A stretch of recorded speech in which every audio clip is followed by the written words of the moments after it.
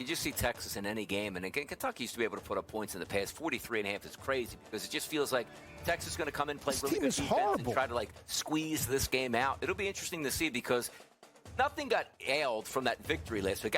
Texas is back. I'm just being facetious at this point. But if we see one of those performances, 17-14 Texas. In the fourth quarter. Yeah, come on. Right? I mean, really. I mean, they got a gift last week. SportsGrid's College Football Today. Jamar Chase and T. Higgins. It looks like the Bengals fantasy pieces are back. What did you make of that Joe Flacco performance on Thursday night? Turning back time. Yeah, it was great for a guy like me with gray in the beard. I love seeing it. I love my representation. But at the end of the day, just from a wagering standpoint, if this continues, it'll give some consistency and it'll give some value back to those tools that you were mentioning on the Bengals. Fantasy Sports Today, only on SportsGrid. Defense is above average this year. And I think big picture, they're going to be probably the most consistent moving forward. The problem I have is this guy, Trevor Lawrence, big picture. You got to take the good, the bad, and the ugly. And the ugly sometimes is real ugly. He is not comfortable in the pocket on a consistent basis, and that's a problem. Pro Football Today, only on SportsGrid. It starts innocent. One bet, one boost, one thrill. You're not haunted by ghosts. You're haunted by doubt. But that's where SportsGrid brings the light when the lines get dark. The only thing scarier than losing a bet is missing a winner. It's smarter to be on SportsGrid.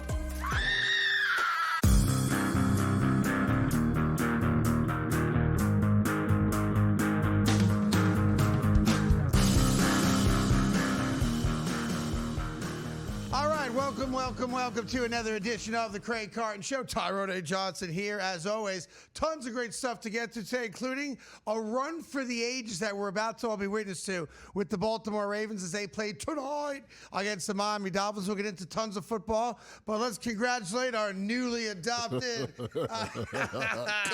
Toronto Blue Jays. I can't wear that hat.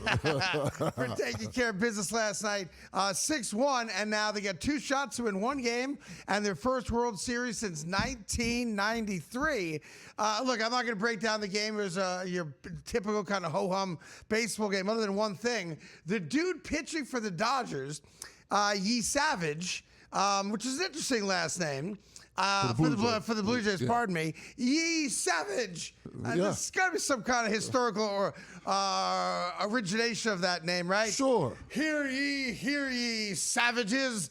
And then they just adopted it? Probably. Or like some random homeless guy was walking by the meeting one day in 1783, and he was like, did he just call me Yee Savage? Yee Savage. I like that name. I think we should keep it and make it our own. In any event, that dude has now had more postseason starts than regular season starts, and literally this year pitched at every single level of professional ball. Single A, double A, high A, triple A, quadruple A, and now the dude's struck out 12 again last night. And it's funny because I remember when he made the Yankees look bad.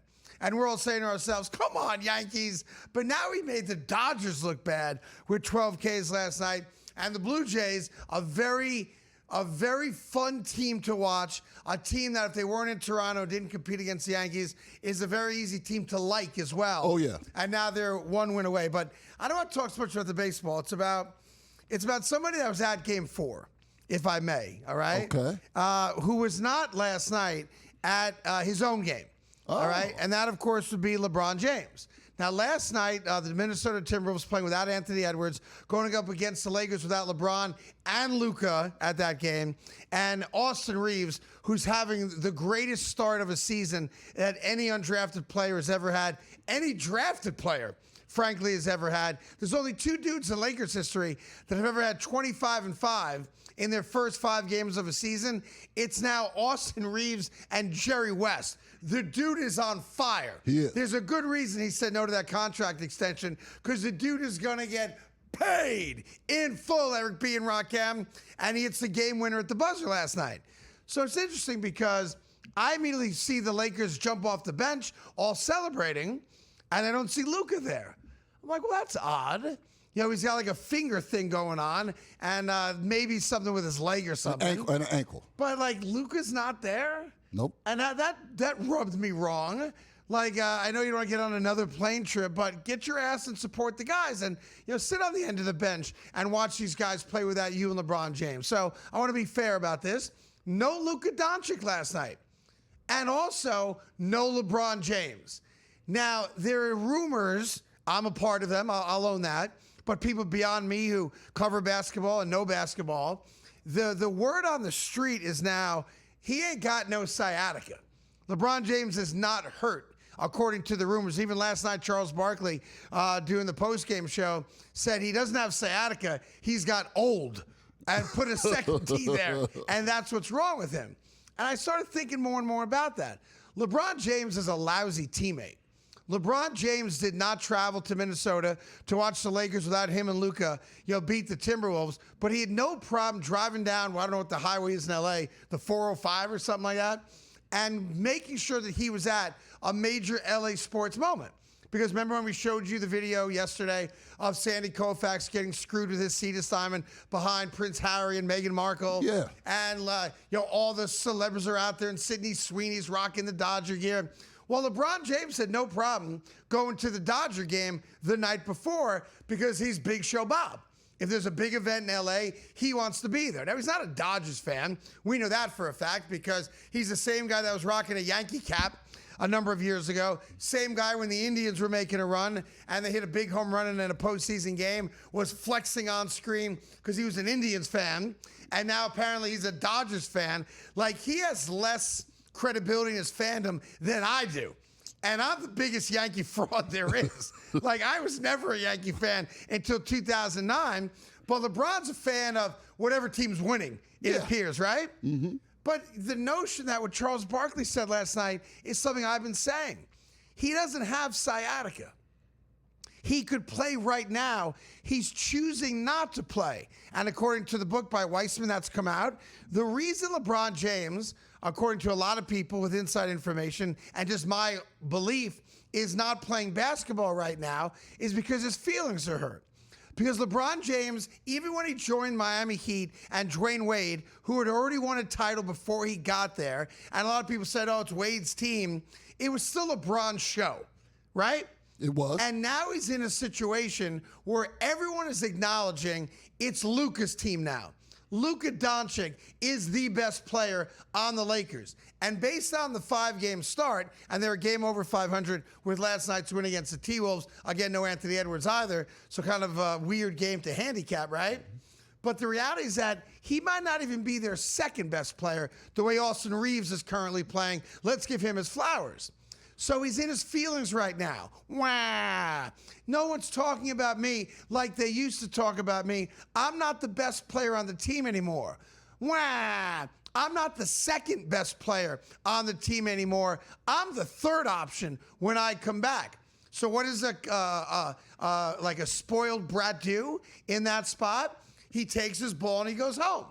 And that's what LeBron James is doing right now. He has no problem walking up the concourse or through the parking lot with that terrible sciatica that's killing him to go watch a Dodger game and sit in an uncomfortable chair. But he can't travel with the team and watch them play a road game against the Timberwolves. And oh, by the way, he also is not going to play any basketball till at best November 15th. So another 2 weeks away from LeBron's return. And here's what backfired on him, in my opinion. LeBron James thought with him sitting out, the Lakers would struggle and they'd get off to a really, really bad start. Let's just call it 15 games, 5-10, that type of thing.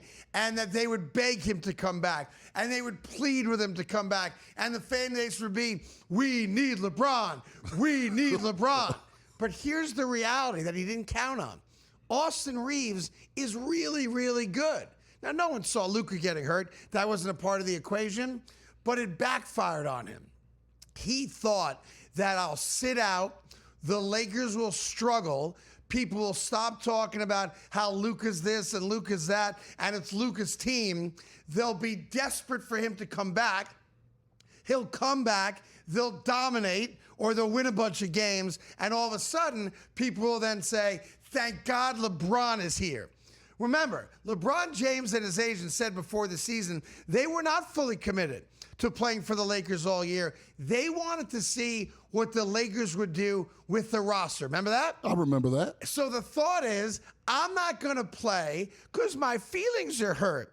The Lakers will struggle, and I'll come back as a conquering hero and lead them to the promised land. The problem with that is along the way, Austin Reeves got really good, and he blew up LeBron's plan. But I think we can all agree at this point, LeBron James does not have sciatica. LeBron James is choosing not to play basketball because he wanted to make a point that you need me more than I need you. Well, guess what, friends? He went to the Dodger game, didn't look like he had sciatica, and Austin Reeves showed up in Minnesota and told the world, we don't need LeBron James. So it's a very interesting scenario we have in LA and how it plays itself out. I think a divorce is coming. I don't think LeBron finishes the year with the LA Lakers. And the trump card he tried to play has backfired on him big time. And I'm here for all the smoke. I got my marshmallows. I got my skewers. I got the fireplace. I'm going to sit back, kicking my feet, and watch the LA dysfunction play out in real time. Thank you to Austin Reeves with another killer performance last night, reminding LeBron, nobody's talking about you. Enjoy the Dodgers games and enjoy them while you can, because we don't need you back that fast. Oh, I love it, I love it, I love it. We got more of that scandal coming up after this, too. Not good, but we'll get into it right after this.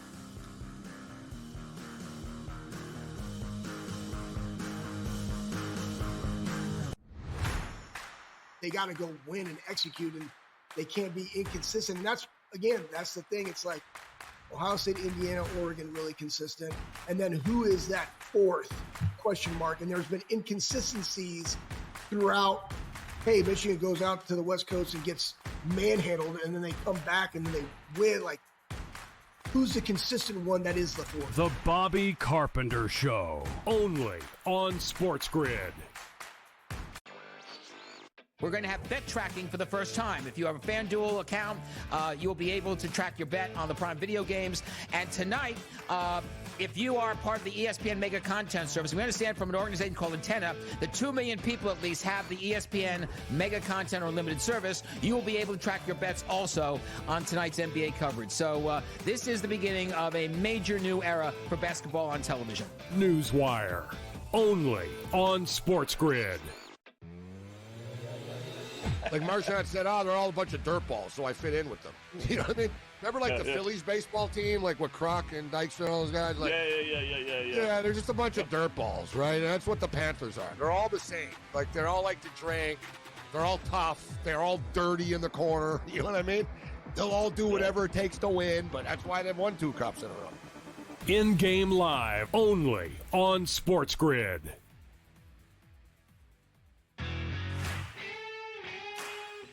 For him and Cignetti are the most Spurrier-like personalities, Spurrier-like head coaches, and Cignetti's locked up. And you know what? And Ole Miss could very well lock Lane Kiffin up, but he will always be a fighting under. At Ole Miss, you will always be a little bit of an underdog because of who you're playing. At Florida, you don't ever have to be an underdog because of their resources.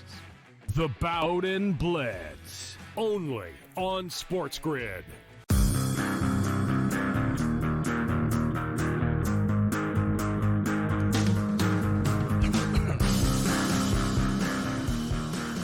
All right, welcome back to the Craig Carton Show. Tyron A. Johnson here as well. Interesting how this NBA scandal is now growing legs, and it's going to continue to grow and grow and grow as more investigative reporters are now covering the allegations against Chauncey Billups, against Rozier, and against Damon Jones from a week ago. So let me just walk you through why this story is so problematic for basketball, and then obviously all the other leagues are going to fall in line as well.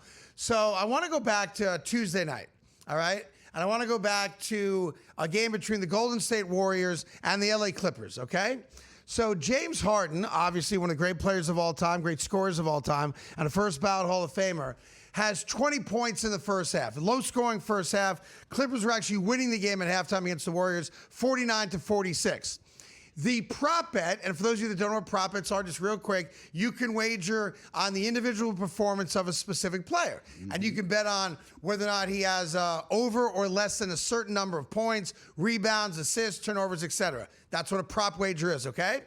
So obviously it's getting a lot of attention now because of the scandal from a week ago. And here's why the scandal is problematic for the league and gambling moving forward and the overall integrity of all the leagues, okay? Because of a situation like this that might be as innocent as a 3-year-old, okay? But because of the scandal, we now look at outcomes of games and certain players' performances differently because we should. Because we got duped by players, whether it's Javante Porter, whether it's Malik Beasley, whether it's Calvin Ridley in the NFL, the 3 dudes on the Lions 2 years ago, and on and on and on, okay? So here's what happens. The over-under for James Harden in this game a couple nights ago for points scored in the game was 20.5. That's the over-under. So you could either make a wager he's going to score more than 20.5 or less than 20.5. A lot of people, at least that I've seen online, bet the over. He's one of the great scorers of all time, okay? So at 49-46 at halftime, James Harden has 20 points at halftime, meaning go to the free throw line, make 1 free throw, and everybody that bet the over has now covered their bet, okay? Yep. James Harden, in the second half of that game, a game they wound up losing by 19 points, only attempted 3 shots in the entire second half. He only had 1 rebound in the second half and did not attempt a single free throw in the entire second half, of which he played about half of. All right? So if you were sitting on the over at 20.5 and James Harden dropped a 20 burger in the first half, you're locked in. You think it's a lock. In your mind, you've already cashed the wager. Yeah. You've moved on to the next wager with the winnings you're about to collect because it's a guarantee, right? Yeah, of course. James Harden was 0 for 3 from the field in that second half. He played 12 minutes, so he played exactly half of the second half. Obviously, they took him out when it was a blowout in the fourth quarter, and he didn't play a lot, didn't get a lot of run there.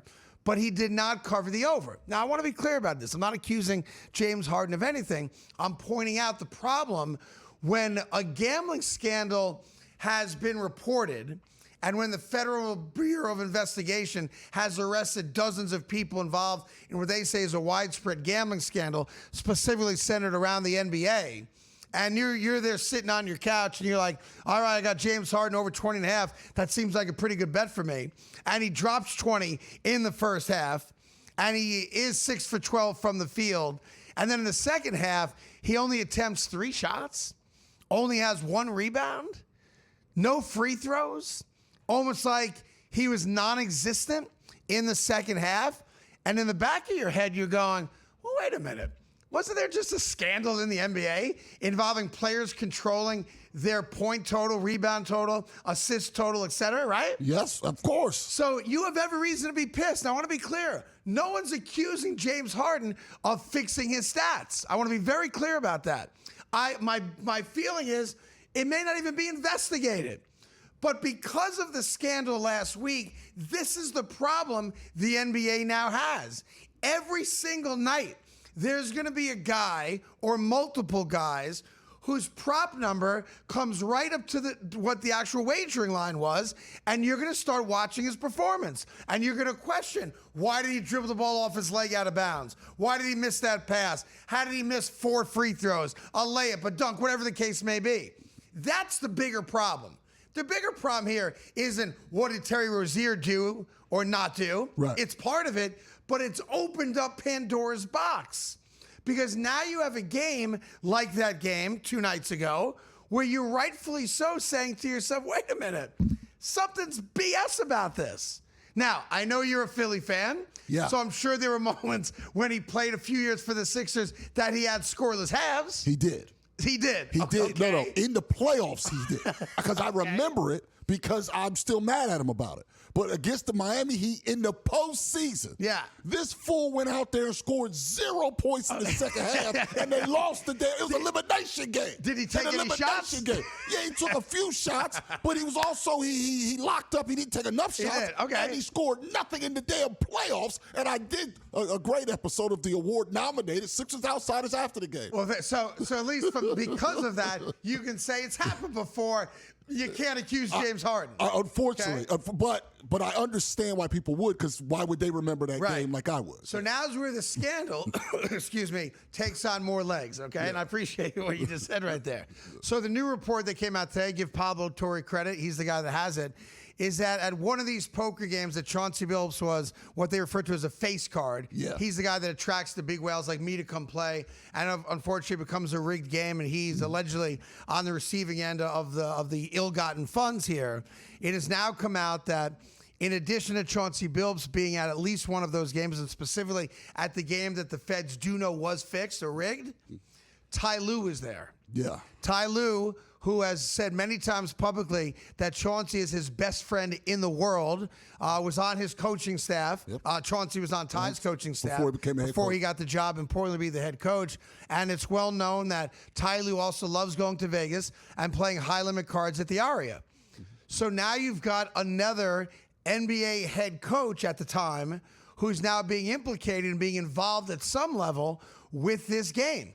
You also had Kevin Garnett's name came out. Now, with Kevin Garnett, it turned out that he didn't know he was going to fix or any kind of poker game and wound up leaving and did not play cards at the same table with Chauncey Billups. But now, as I told you guys last week, tip of the iceberg. Now it's growing. Now you've got another player. Now, here's what's interesting about Ty Lue being involved. I'm going to go back to Gilbert Arenas' podcast in which he said that Chauncey liked to take money from his friends. Yep. More on this coming up in just a sec, but it's not good.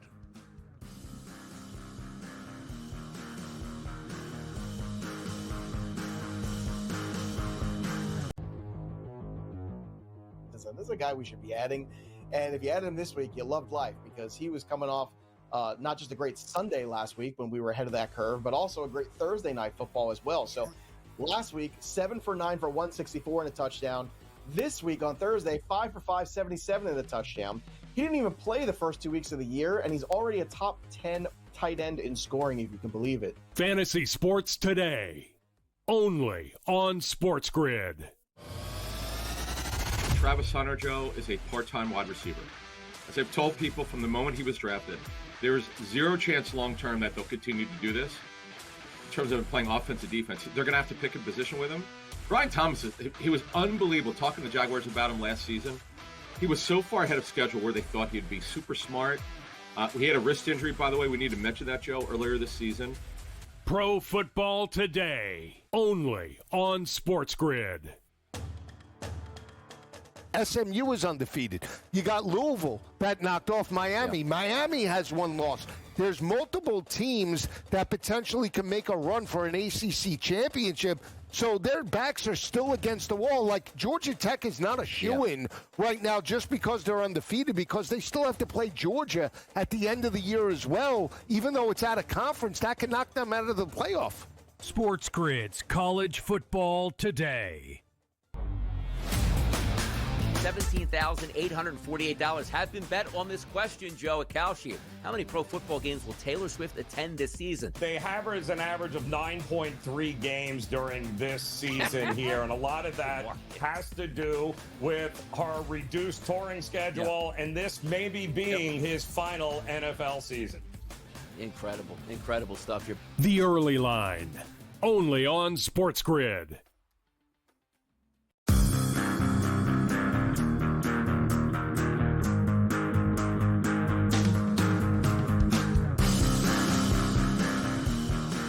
All right, welcome back to the Craig Carton Show. Quick segment here. So just finish the thought we had right there. So Ty Lue's now being implicated as being at least at the game in which the cards were rigged that Chauncey Billups is alleged to have run to steal money from well-funded gamblers right there. Kevin Garnett was at one of those games but didn't play at the same table, and according to the story, left the game early in the night and is not even being investigated or interviewed by the NBA or the feds, at least up to this point in time. My gut is they'll get around to him at some point just to see if he knows anything. What'd you say? Again, not accusing him of anything. But the Ty Lue thing's interesting because, Ty Lue, if that dude's his best friend, and Ty Lue is a well-known card player in Vegas, which according to Pablo Torre, he is, that's a dude that's now going to have to be interviewed because it's one of two things. Either Chauncey invited him to get more people to want to come. They referred to the famous people as face cards. Yep. A famous celebrity that you're going to want to take a picture with and talk to about whatever it is and tell your friends, I played cards with so-and-so, right? So it's either Chauncey took advantage of his best friend by inviting him to a rigged game, certainly on the table, or, and this would be the problematic aspect of it, Ty Lue was in on it. And if they are literally best friends, could there be a time when Chauncey goes to Ty Lue and says, hey, I've got this great gig on the side. I guarantee you $25K once a week just to come play cards, which I know you already like to do. And you don't have to worry about winning or losing because we're going to give you $25,000 on the way out in cash. It's possible. And That's also possible. Again, I'm not saying that did happen. It's possible. But there's only two options. Either Chauncey took advantage of Ty Lue because he knows he likes to play cards and told him there's a high roller game that you could come play in, and he was stealing from him, which would be horrendous. Or he says to Ty Lue, I need you to come play in this game and be a part of it. There's no other option. No other option. And there's a story, I've never told publicly, and I think it's fair for me to tell this story now because I've lived this. Right. So I was at lunch in New York City at a place called the Lambs Club. It's a well-to-do restaurant in Midtown, okay? And I was there having a meeting with two television executives that wound up hiring me to do a TV show, okay? No. It's just the three of us having lunch.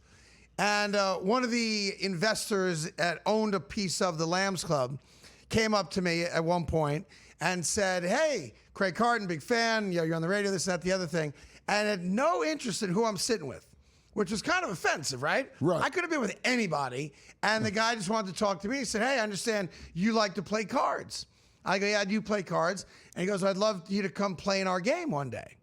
And I'm like, all right, I'll consider that, but why don't you just give me your number and I'll get back to you, because I don't want to have this conversation about gambling in front of television executives that are looking to hire me for an on-air job, right? Yeah, not right now. Right. And the pitch he said to me, I'm not going to use the guy's name as I'm thinking about it now, because why open up that can of worms? But his pitch to me was, you can come play with blank, Joe Blow. Right. And Joe Blow, arguably, was the most recognizable athlete on the planet. At that time. At that time. Okay. All right? And certainly in New York. Okay? I'll leave it at that. Yeah. And I would have played because I like to gamble. I was at the time, I'm a compulsive gambler. And the deal was it's $50,000 cash to walk in the door. But again, he kept overstating and pitching. But the cool thing is you could play at the same table with this guy.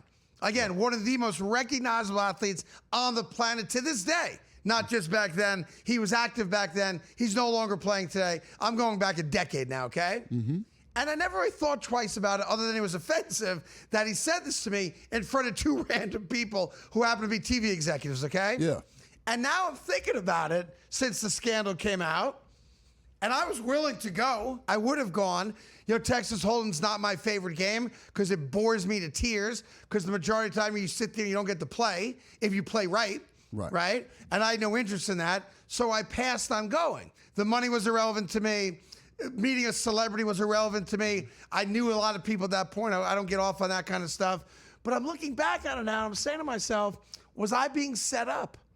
Was that player, unnamed for these purposes, and that player's made $1 gazillion, was that player in on it? Could have been. Was that player allowing himself to be pimped out so that guys like me, who are willing to lose $50,000, if not more, at an underground card game, is a guy like that in on it? I don't think he was. I never played in the game, so I can't speak to it, whether I won or lost. But since this scandal came out, I'm like, I had that experience where they used a celebrity to try to get me to agree to come put up my hard-earned money at an underground poker game. That's crazy. Crazy. That's crazy. So that's how it happens. If people know that you like to gamble and the amount of money is irrelevant to you, they'll come try to get you. And, before we get to the break, since I'm a sports fan, I now have to hope that Chauncey Billups, for example, was stealing from his friends because the inverse is worse. Yes, fixing games and stealing money from people is worse. Is worse. Neither side's good, but one's a little bit worse than the other. Yeah. All right, coming up, NFL football. The Baltimore Ravens are making a run. We'll explain how and why right after this.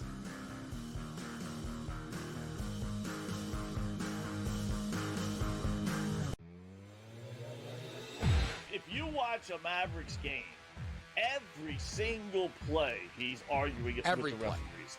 I mean, if I was like the ref, his hands are up. It's like, dude, everyone else is halfway up the floor right now, and you're still back here arguing. Yeah. I mean, I would tee him up. There is no doubt in my mind, Gabe, the NBA's got to go to these refs and say, listen, you know what?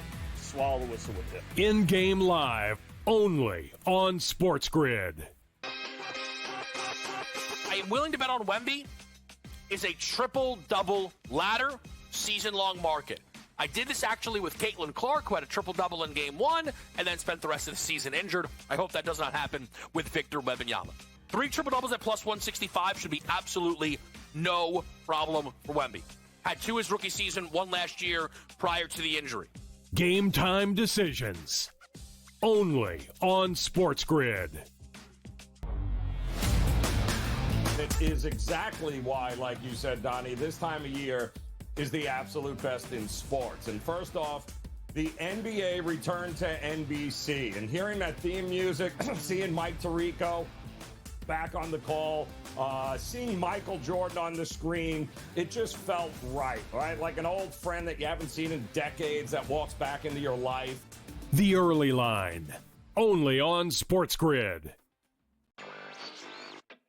People who filed it are actually representatives of Chicago, so they're from the city. They're kind of saying, this is really going to cripple the industry if we do this even more. I think it's really important when we talk about this stuff because so many places want to keep taxing sports betting more and more and more, which is well within their right. But there gets to a point where the bubble bursts and sports books either don't want to do business or they change the way they do it by passing it down to the customer. Newswire, only on SportsGrid.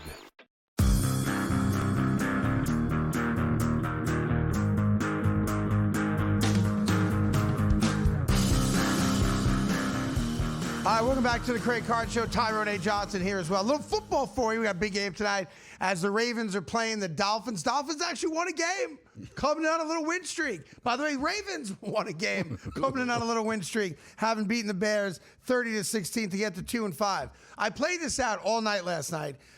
Because I want the Ravens to make it into the postseason because they're dangerous with Lamar Jackson. Their defense is getting a couple pieces back and did get a couple guys back last week.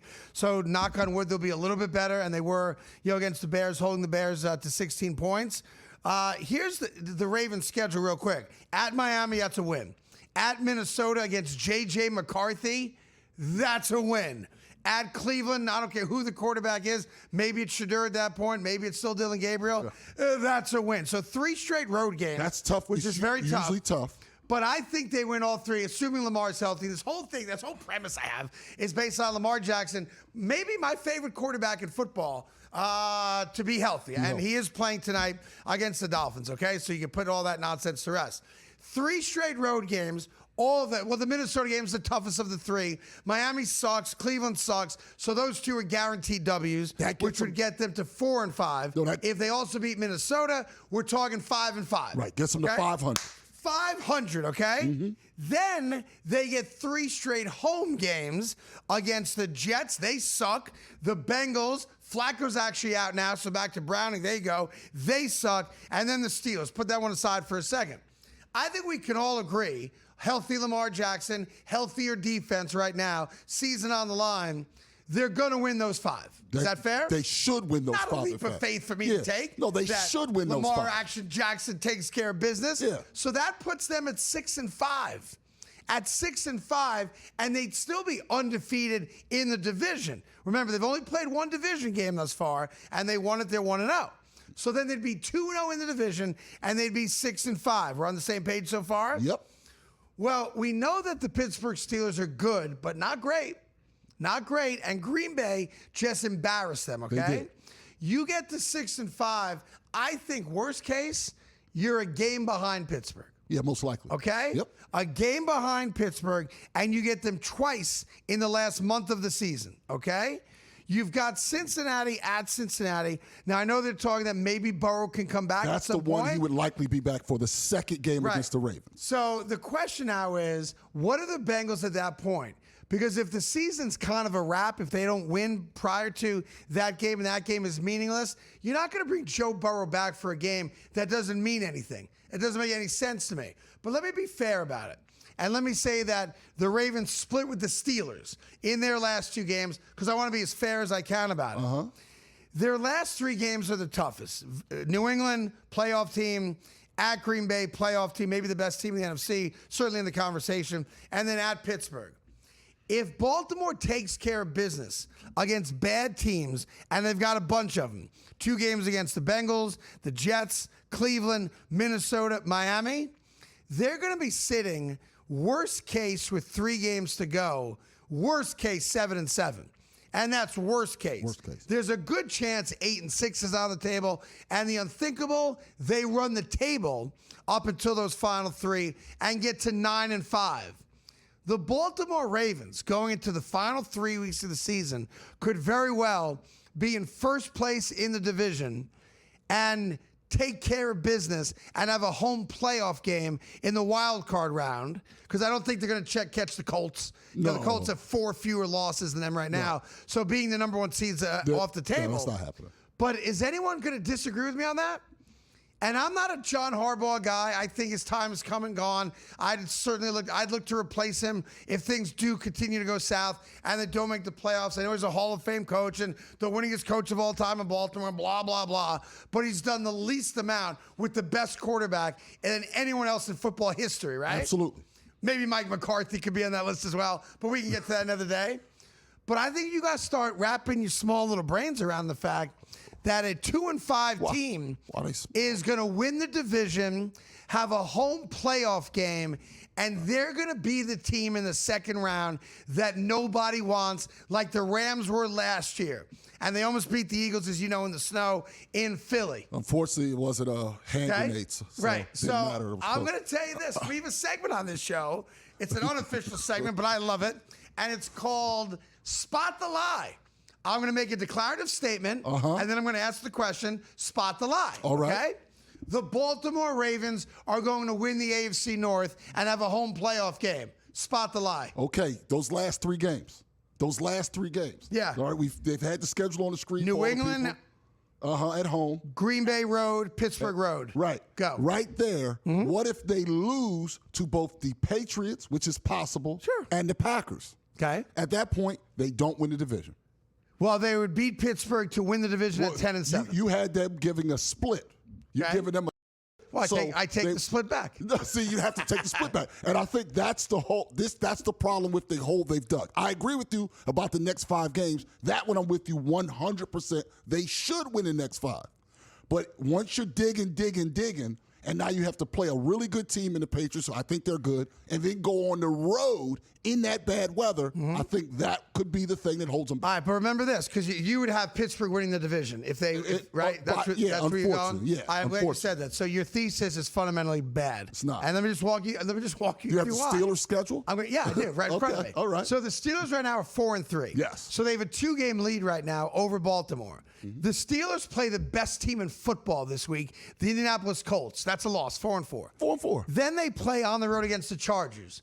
They're now beating the Chargers in LA. It's a coin flip now game. they're 4-5. That's a coin flip game. Okay? So here's the reality. They're going to be 4-5, and the Ravens are going to be 5-5. Obviously, the bye wasn't at the same time, right? Yeah, it works out. Yeah. Now, I'll give you that Pittsburgh will beat Cincinnati. Yeah. So now they're both 5-5. Okay. Is that fair? All right. So when you look at the last 7 games of each schedule, Pittsburgh's got to go to Chicago. They've got the Bills. Obviously, they play each other head-to-head, the Baltimore. They're at Detroit. Their 3 games are tougher than any 3 games that the Baltimore Ravens have. So if we'll just agree on one thing, that the Steelers and Ravens are both going to wake up one morning at 5-5. Give me that? I can go there. All right, so if we agree they're both 5-5, and you want me to give you they split their games, so they're both 6-6. with 5 games to go. The 5 games the Steelers have are way tougher than the 5 games the Ravens have. But spot the lie. No, the spot the lie is also this. You're making a wild assumption that no upsets happen for either team. I feel like that's impossible. We're still in October, and I'm to believe that it's going to be chalk for all of November, all of December. That's when chalk and happens. A little bitty piece of January. That's right. I do not believe you're getting just chalk for 2 months. I'm gonna go one step further and cut this and put it out there because my Ravens stands are gonna support me in this. We'll have 1 million views on this bad boy, right? Okay. If the Ravens run the table, and it's possible that they do. All right? With all due respect to what Danny Jones is doing in Indianapolis, what Patrick Mahomes is doing in Kansas City. Jonathan Taylor, running back, can't win the MVP. You know that? All right? With all due respect to some of the great performances we're getting, and we should continue to get, I'm going to go out on a limb right now, and this is going to be great, okay? When the Ravens run the table, and I think they're capable of doing it with a healthy Lamar Jackson will have earned his 3rd MVP. Forget about Josh Allen. Forget about Patrick Mahomes. Forget about, Indiana Jones. Forget about all of them. All great players, all great years. But if you can bring a team from 2-5 to 12-5, or even 11-6, I'll give you 1 bad game in there and win your division, you are the MVP of the league because you have just proven that without you, we can't win. And with you, we don't lose. Lamar Jackson is good right now. He's all the way in the back. He's like a horse. Oh, come on, Secretariat. Woo! And I'm telling you, right now, he's in the back. He's in the paddock still. But when that horse gets on that field and he leads the Baltimore Ravens back to a division title and a run to the Super Bowl, woo! Come on, Secretariat. Come on. Go to the whip. Let's go. He's going to be the league MVP, Lamar Action Jackson. Don't sleep on it. It's going to happen. Oh, yeah. Woo!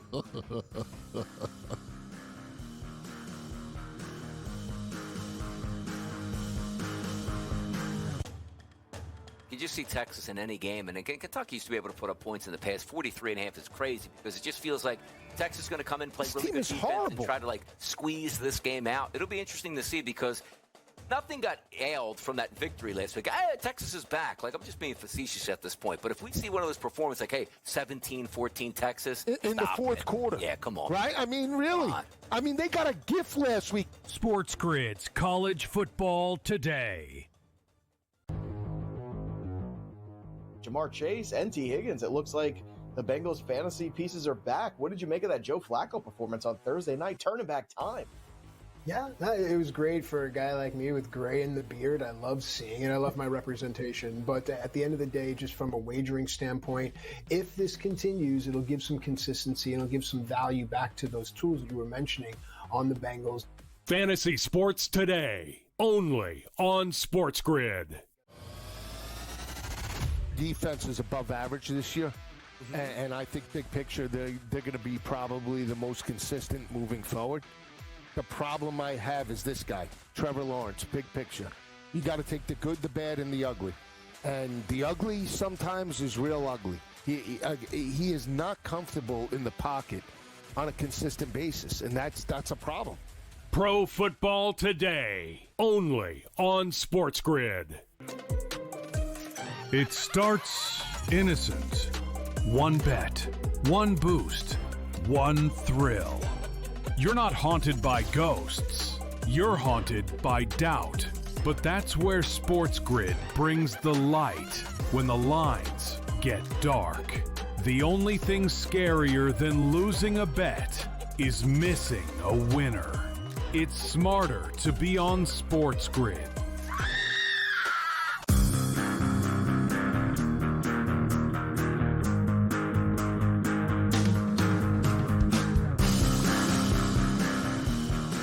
Hi, welcome back to the Craig Carton Show. Tyrone A. Johnson. Bad news if you're a Toronto Blue Jay fan and you're saying, wait, what? But they won game 5. 3-2. They're up 3-2 going back to Toronto, right? No, bad news.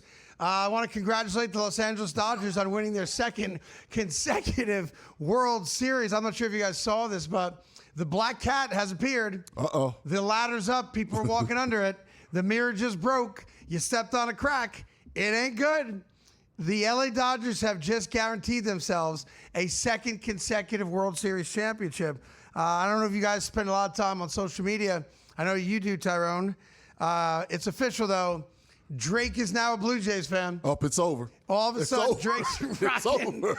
Drake's rocking Blue Jays gear, talking about the Blue Jays, and apparently is going to be at Game 6. It's a lock loss. It's a lock loss. Crap. You can't let Drake in that building. No, if I'm Vlad Guerrero, I'm like, Drake, love your music. We can hang after the World Series. Don't put money on us, please, because Drake famously will put $1 million on a sporting event and then put the ticket out so you know he ain't BSing you. And he typically loses. He's a mush. Kentucky. Right? I mean, it's a lot of teams. The Kansas City Chiefs in the last Super Bowl. So, this is a bad problem. I feel bad for Blue Jays fans. The black hand has reared its ugly head. They're so likable. They had such a good run. Such a good run. Such a likable story. Good guys on this team. But Drake is all in now. And you know what he's going to do? He's going to be Drake. Yeah. He's going to drop $1 million on Toronto, and he's going to publicize it, and they're going to lose Game 6. And then Blue Jays fans are going to be like, yo, Drake, we love you. We do. We love you. You could come to the parade if you want. Just don't bet on us in Game 7. So that happened. I thought that was funny. Dodgers fans left the game early. You see that video? Yeah, I saw. Dude, it's the 8th inning last night. And this is an offense capable of, in a blink of an eye. 3 Hall of Famers. Yeah, putting 5-6 runs on the board. And I know they lost by 5, but the dudes were like running to the cars in the 7th and 8th inning, which I thought was crazy. But there's a great story out of Dallas I just want to get over as we do kind of news and notes right now. So Jerry Jones, quite famously, has run the Dallas Cowboys with an iron hand, right? Yeah. And he loves being the general manager. Well, something just came up where he even admitted publicly that he is not as focused as he usually is on maybe a trade deadline move, improving the Cowboys, making their defense better, whatever the case may be. He invested $1 billion in not an oil well, but they're digging for some type of natural gas. Natural gas or something. Gas, yeah. And I guess they found a glory hole, a legitimate one, not the kind that you and Ethan try to find on the Jersey Turnpike driving home. Don't do that. Don't do that. It ain't the Vince Lombardi rest stop. First of all, I wouldn't have to search for him. They're easy to find. It's not the Molly Pitcher rest stop. It's easy. Yeah. It's not the John Bon Jovi rest stop. It might be the Bruce rest stop, but not Bon Jovi. In any event, he said that they hit it big. And this $1 billion investment is now worth $100 billion. So you might have to excuse him from being a little distracted about the Cowboys' lousy defense. Yeah. Because his attention right now is on this deal in which he invested $1 billion and he's getting a return 100 times back. Meaning that underground well, whatever it is, of natural gas is worth 10 times more than the Dallas Cowboys are worth. Yeah, keeping it real. Right. I wouldn't give a damn about the Cowboys right now if I was him. But Not at all. I think, and congratulations to Jerry Jones for hitting it big.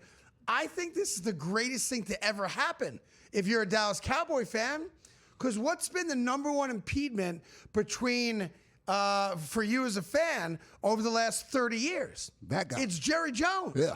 And I love Jerry Jones. I wish he owned my favorite team because he's willing to spend. And, I kind of like that outgoing type owner because it's fun.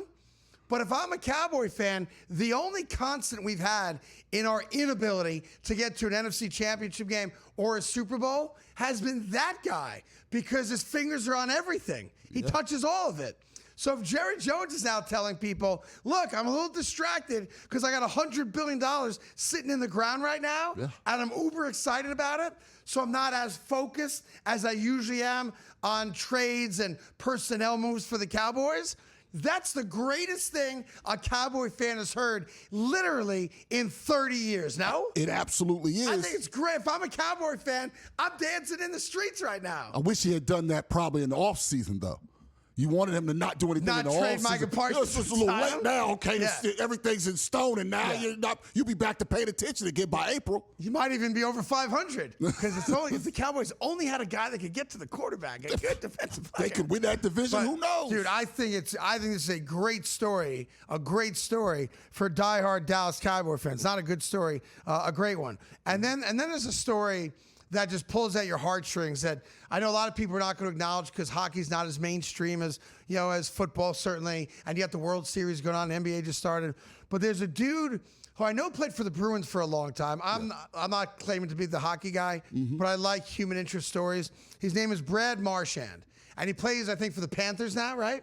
Right? He left Boston, went to Florida. Yeah, went down there, won a cup with them. Got it. So his best friend, apparently, in the world, unfortunately just lost a child to cancer. Yes, and this best friend of his also coaches a teenage hockey squad. So because this guy lost his own child, he can't coach I think it's a U18 hockey team, right? So Brad Marchand, who's towards the end of his career, and it's been this great career, and everyone loves this guy. Late 30s. Classy dude. Went to the Panthers and said, I need to take a leave of absence for a couple days. And they said, of course, why? And he said, because my best friend just lost a child, et cetera, and they need a coach. And I just thought this was such a great story. Not, obviously, it's sad, obviously, but that he would take a leave of absence. The team supported it. He flew up to I forget the town, and he coached his best friend's youth hockey team because he's mourning the loss of his child. It's incredible. And it's just a reminder that there are good people out there who do really good, selfless things. We focus on the negative, myself included, a lot more than we ever focus on the positive. We talk about the arrests, and we don't talk about the charity work guys do. We talk about the black marks and not the good stuff. Brad Marchand is a great example of everything right with professional sports and the athletes that play them. And I just wanted to tip the cap to Brad Marchand for doing what he did, for being a great friend, and to the Panthers for allowing him to do it and not giving him a hard time. And it's a reminder that we can choose, soapbox moment, we can choose to focus on the good things and not always focus on the negative things. And I'll try to do better at that as well. We got one more segment. We got a game tonight. We'll get into that. And we'll get ready for Game 6 of the World Series right after this.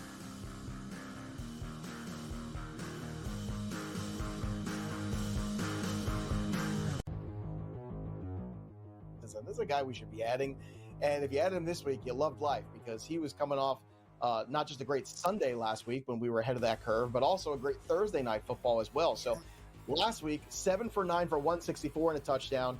This week on Thursday, 5 for 5, 77 and a touchdown.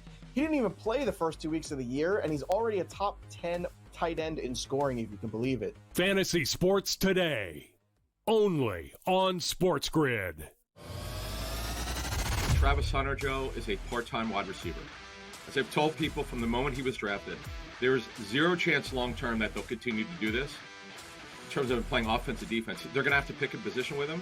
Brian Thomas, he was unbelievable. Talking to the Jaguars about him last season, he was so far ahead of schedule where they thought he'd be super smart. He had a wrist injury, by the way. We need to mention that, Joe, earlier this season. Pro Football Today, only on SportsGrid.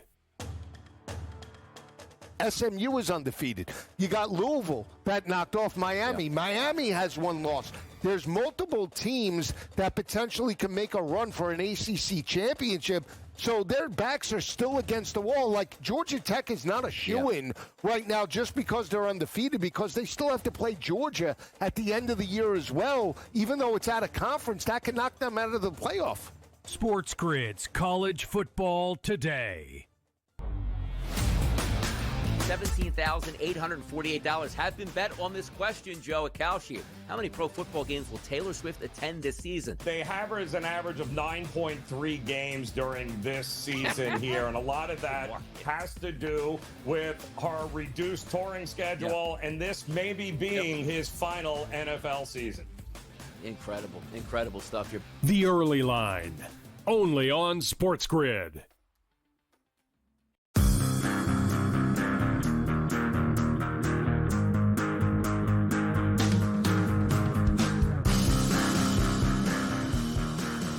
Hi, welcome back to the Craig Carton Show. Tyrone A. Johnson here. as well. We do have a big game tonight. If I'm going to be right about the Baltimore Ravens, it has to start tonight. The question then is, if Baltimore does what I think they're going to do and play great football tonight, and by the way, I was checking out the weather because of this hurricane, I think it's Melissa, that ravaged Jamaica. And the Bahamas, Prayers out Cuba, to the folks there, and Cuba, and obviously the Bahamas, and coming up, you know, the East Coast. I was like, boy, this is going to be a crazy game to play in Miami.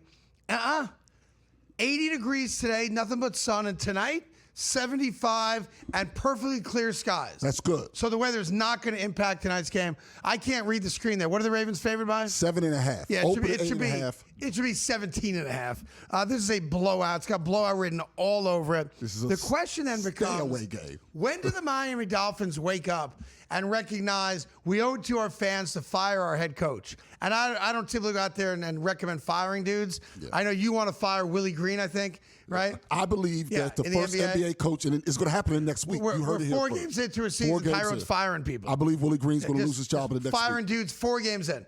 I said it in the next week, so it'll be 6 games in. Yeah. You can fire a head coach 8 games in.